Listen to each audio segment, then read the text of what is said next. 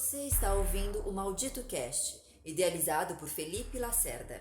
Nós narramos histórias de terror escritas por autores nacionais. Coloque os fones de ouvido e tenha bons pesadelos. Olá, peregrino. O Maldito Cast está caminhando para o seu fim, o fim da primeira temporada. E graças ao apoio de vocês, à divulgação e à audiência, nós conseguimos bater todas as metas e nós renovamos para a produção de uma segunda temporada. Nessa segunda temporada, muitas novidades virão e nós continuaremos contando com os contos de vocês.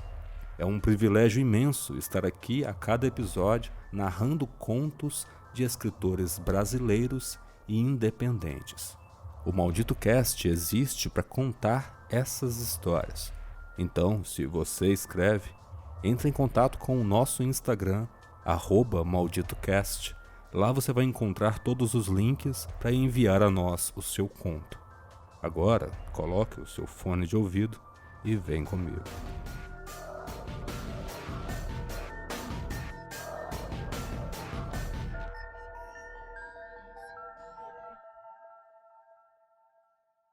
Desfile Fúnebre, de Maicon Guedes. A terra das covas movimentam-se, abrindo passagem para que os pútridos defuntos retornem à superfície depois de anos de sono lúgubre. A população de Franco da Rocha, cidade interiorana, marcada por inúmeros mistérios, foi avisada sobre uma maldição carnavalesca. Jamais festejar o carnaval durante a noite de quarta-feira de cinzas. O problema é que, de geração em geração, a tal lenda foi ficando esquecida e cá estamos, nesse relato onde a mais fúnebre das festas aconteceu. No centro da cidade, 3 escolas de samba se preparam para começar o desfile, enquanto que, no cemitério, não muito longe dali, defuntos macabros se aprontam para a nefasta folia. Ninguém poderia imaginar que uma linda noite fresca, de céu tão limpo e repleto de estrelas, reservava um acontecimento amedrontador que faria o mundo virar pelo avesso, trazendo o inferno e seus demônios às ruas para participarem do primeiro dia de quaresma. Folia na cidade, show de horrores no cemitério.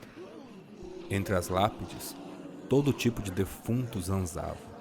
Os que foram enterrados recentemente, com seus corpos inchados, e os veteranos esqueléticos, enterrados há muito tempo. A multidão de carne podre ambulante preparava seus caixões para o terrível desfile fúnebre. Na cidade, a primeira escola de samba começava a desfilar. O povo vibra, dança e canta. O desfile em Franco da Rocha não era nada comparado aos grandes sambódromos, mas a extensa rua de terra, onde os carros alegóricos percorriam, passando entre arquibancadas de madeira do outro lado e um vasto matagal obscuro do lado esquerdo, era mais do que suficiente para entreter a população daquela cidadezinha. O problema é que depois do imenso matagal começa o cemitério. Lugar onde todos acreditavam que os cadáveres infames jaziam no sono perpétuo. Mas não naquela noite. Já passava da meia-noite e a última escola de samba de Franco da Rocha, a mais popular de todas, começava a desfilar. E como sempre, encerrando com o melhor show. Do lugar mais alto da arquibancada, um velho, ébrio, se incomodava com o que os seus olhos enxergavam depois do matagal. Além de avistar os vultos negros dos pinheirais dançarem, a alucinação causada pelo excesso de bebida, o velho pôde enxergar no horizonte algo alado, obscuro, sobrevoando lentamente os pinheirais, vindo de encontro ao último desfile que acontecia. Cada vez mais próximo, o objeto obscuro começa a se identificar aos olhos do bêbado que, bruscamente, se levantou apontando o dedo para o matagal, gritando e chamando a atenção de todos que desviaram o olhar para os tenebrosos pinheirais. A maldição! Nós fomos avisados! A maldição! Ninguém tinha dúvida do que era o objeto que sobrevoava os pinheirais. Um caixão. Sim, um caixão mofado e encardido de terra, com alças de metal enferrujadas nas laterais. Eu poderia dizer que as pessoas mais ligeiras tiveram sorte e correram para longe daquele lugar. Mas, assim que o caixão pousou na estrada de terra, os que correram para a penumbra ao fim daquela estrada tiveram um embate com outros caixões. Dezenas e dezenas de caixões sobrevoavam os céus de Franco da Rocha. Não havia escapatória. O pavor assumiu o lugar da animação.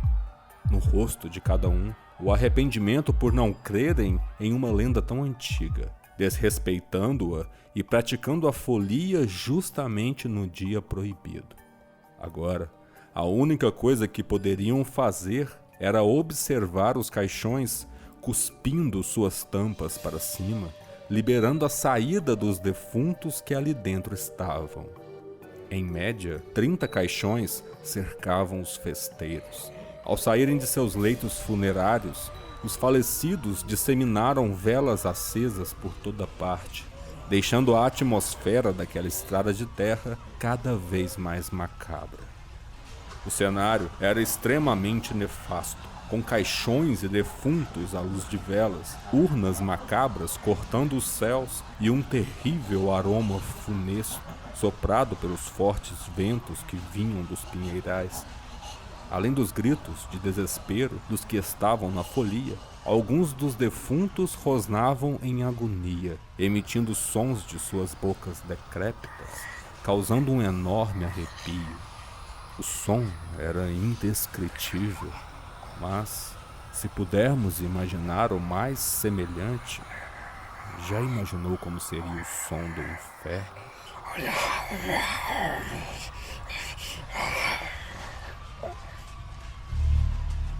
A chegada desses seres malditos tinha um propósito muito maior do que apenas assustar os que desrespeitaram a lenda. O objetivo principal era fazer uma coleta fúnebre. Então, mesmo estando podres e aparentemente pesados, os defuntos iniciaram o ataque com agilidade, capturando o máximo de pessoas possíveis e colocando-as dentro dos caixões. Metade das pessoas que estavam na folia foram encaixotadas. O restante, enquanto lutavam por suas vidas, ouviam as batidas vindo de dentro dos caixões lacrados, daqueles que ainda permaneciam vivos ali dentro. Um grupo de pessoas quase teve sua chance de escapar. Eram jovens, tinham fôlego suficiente para correr para bem longe dali. Mas, não bastasse o horror ao qual eles achavam que tinham se livrado, mais à frente, um novo caixão surgiu do matagal, atravessando o caminho dos jovens que corriam ensandecidos, e brutalmente o caixão se chocou com um velho poste, espalhando pedaços de madeira mofada e liberando enormes ratos negros que estavam no interior daquele caixote mórbido. Aqueles não eram ratos comuns. Seus olhos eram cobertos de chamas e faíscas eram cuspidas de suas bocas, iluminando em pequenos clarões a escuridão daquela estrada. A enxurrada de ratos avançou em direção aos jovens, dilacerando-os em questão de segundos com seus malditos dentes trituradores e velozes. A coleta fúnebre estava concluída. Dezenas de pessoas estavam encaixotadas. Afortunados são os que morreram subitamente de tanto desespero, pois os que permaneceram vivos dentro dos caixões nem imaginavam que algo maligno os aguardava. A madrugada tornou-se silenciosa e lúgubre. Os defuntos se ajeitaram em duplas, cada um de um dos lados do caixão. Em sincronia, levantaram todos os caixões agarrando as alças laterais de metal. A procissão fúnebre se iniciava. Os caixões, juntamente dos defuntos, começaram a levitar, subindo aos céus, enfileirados e sem nenhuma pressa. Além das pancadas de desespero que vinham dos que estavam vivos dentro dos caixões e dos ruídos cruéis do vento, um novo som surgiu da boca dos defuntos. Eles cantarolavam uma sintonia profana, conduzida apenas por gemidos, uma verdadeira orquestra pútrida. Assim eles vagavam rente aos pinheirais, carregando seus caixões em direção ao cemitério. Foi o maior espetáculo daquela noite. Jamais um outro carro alegórico poderia proporcionar tal atração. Da folia para as covas, esse foi o desfecho carnavalesco para alguns dos moradores de Franco da Rocha.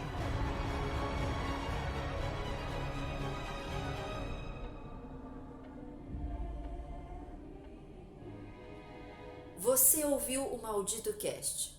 Deixe seu comentário e seu like. É muito importante para divulgar o nosso trabalho. Compartilhe esse episódio com mais pessoas que também amam histórias de horror. E siga nosso perfil no Instagram, @malditocast. Obrigada pelo seu tempo e até o próximo episódio.